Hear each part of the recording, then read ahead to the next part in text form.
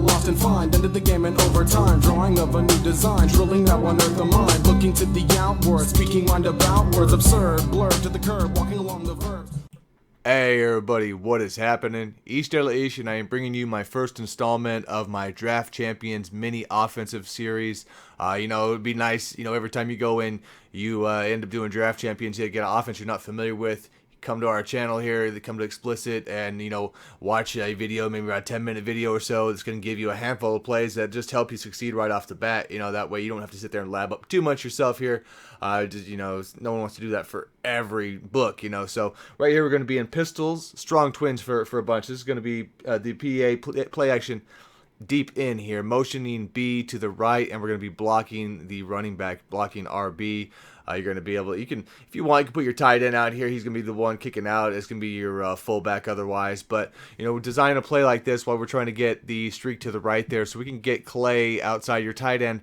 Get him to actually beat cover 4, get behind some of those purples, beat a cover 3, cover 2s and stuff like that. So if you catch the right, turn right in there, just practice the timing of that is really knowing when to turn, when he's about to turn and hit that. No, you don't want to wait too late, but you'll get that window. As you see there, and the more field you have to work with, and faster receiver you have off on the right, and the more he's going to push that, the outside coverage there further back, and it's going to make it even easier for that reception.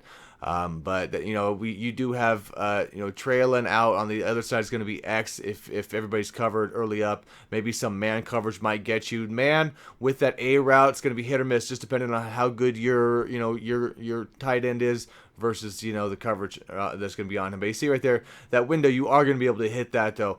It's even if you've got a handful of guys out in there, you can look at this right over the top, and we get the placement and hitting the feet. So you can make that. It is a play, and you should have good success with that. Like I say, next one in here we're going to stay into pistol strong twins, and we're going to go into fade smash. On fade smash, we're going to again motion to be to the right, just because you want to have a couple plays. If you're going to motion somebody, it stands out, so you want to have a couple plays to go off of that. So we're going to motion B to the right. Now we're going to, the RB is going to be on an out left, and then we're going to block Y, block the running back. So that way RB comes up to the line. We want to kind of get him to hold the user, and then we can get A behind him. It's going to be the A behind him, which is your tight end, mainly coming off, trying to get that break. I don't mess with X. If you have time, you can do it. I try to keep to 3 moves, and there we go. That play will be open there again. The better your receiver is, the better it's going to work. What you really want to see on that B, I'm not going to use him very often here. That's a bad pass. But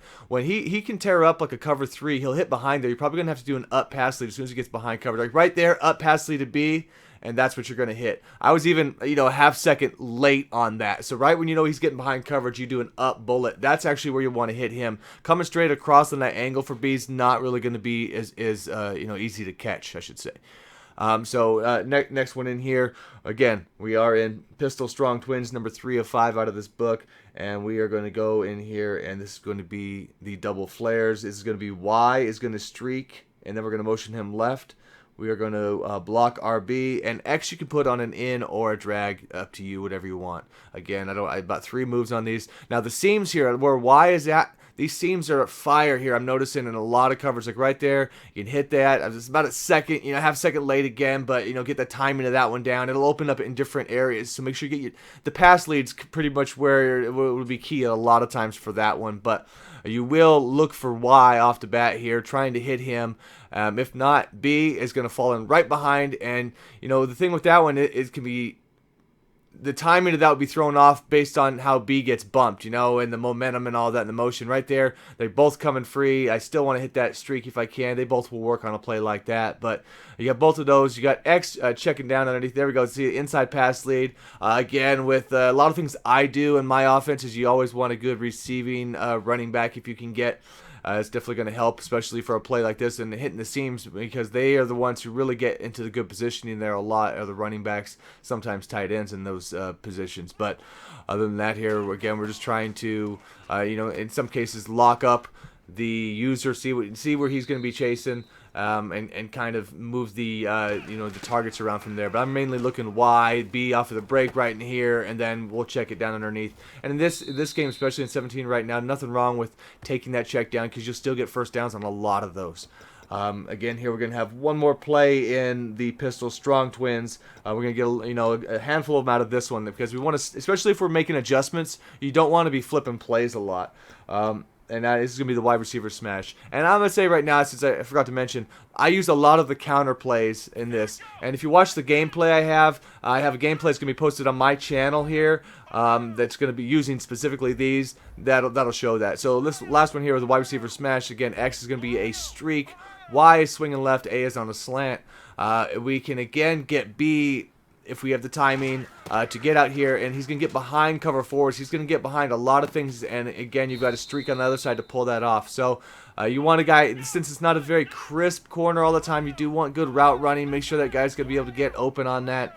Don't necessarily want to force that too much. You have the Y to check it down and to kind of pull those zones down as that play develops. A will get sometimes a quick beaters off the line with that. Even right there, I could do an up pass lead to him. I'm going back to the Y one just to show that he doesn't hold on to it, but again, more accuracy on the quarterback and a slightly better receiver. You're going to have a lot higher percentage than that also. Practice mode is always a pain. You're going to get, drops a lot, and, the blocking's real bad. So it's, not as good, but it's more effective to show you the plays here and then watch the game plays and stuff to be sure that they're actually working how they truly do work in the game. Everything's a little bit different, of course. But, kick out there, McCoy. Oh, and then we get hit and spin. But so again, I've got, I'll have that posted up same time on my personal channel, on the Ishdilla Ace channel. So if you're watching these, you want to see how they work, go check that one out. Feel free. And then let's see right here, right there. That's just to show. If you see blitzes, if you see stuff coming, that's when you're going to audible. Extra guys blocking. Most of my sets, guys, already have an extra blocker. You'll notice I give you a running back, a lot of them. Okay, we are now going to move into the pistol weak twins. Just one play out of here. Like I say, you only get so many of these in. I got about 7 for you today, though. This is the tight end drag, the TE drag, and we're just going to do a put RB on a streak and motion him out left again. We're going to have that seam for the running back. The B, if you watch if everybody bails out, you can hit B. I like to target that one as a kind of a bullet to the left. On that, if you do hit B, and then of course you've got the N, which will break against, you got some man beater on that one, but again the seam against most zones is going to tear that up. A, of course, if you leave him alone, he's going to be beaten man. So most of you guys should be familiar with slants, curls. I mean, there's certain things that are going to beat certain man versus zone. You should be familiar with some of that by now already. And again, though, I'll be looking for that off the break, but like B right there, I could hit that one early. But if I get that seam, I'll normally take that. Something to get familiar with this year. You got to figure out where every year kind of changes where we want to attack, and I notice right now that is a good spot for me. I don't mind throwing those passes. You keep an eye on which side the user's at and whatnot. Get the up pass lead there again once we get that cover. So again, those the very, very deadly part of the field. If you can learn to hit that and be comfortable with that and get the timing down for those passes. We're not trying to bomb over the top. There's windows to hit on those. Again, X coming back in right off of that break. So, with these plays, there's a lot of common themes with them. That's the beauty of that. You just find a way to kind of mix them and hit the different parts of the field, mix these plays up and go around with it. And, a little bit of the motions looks the same, so that's kind of helpful. And like I say, with the running stuff, I'm big into counters. The traps are decent so far that I've seen. Some inside zones and whatnot like that as usual. Now we're going to go into the final set. We got 2 plays into this one. This is the Pistol Ace Twins. The counter in this one's really nice. You don't even need to really motion anybody out of that one. Works pretty well. This is going to be the play action CTR waggle. I don't know if that's counter waggle. But basically all we're going to do with this one is the RB is block and Y is going to be on a streak. Another simple one here. Again, that seam, if you can hit that seam, it's okay. It's a little tight in there, so that won't be as much. B is going to be, he has that nice angle to where he's going to beat man a lot. He's going to get and cut through zones a lot. So it's pretty deadly. The user's the one thing that you got to watch for stopping that one if it's going to happen there. As you can see, if you expect a lot of pressure, everyone's close to the line, we can just put him on that streak. We'll put extra blocking on the right-hand side. That's just stuff to read yourself.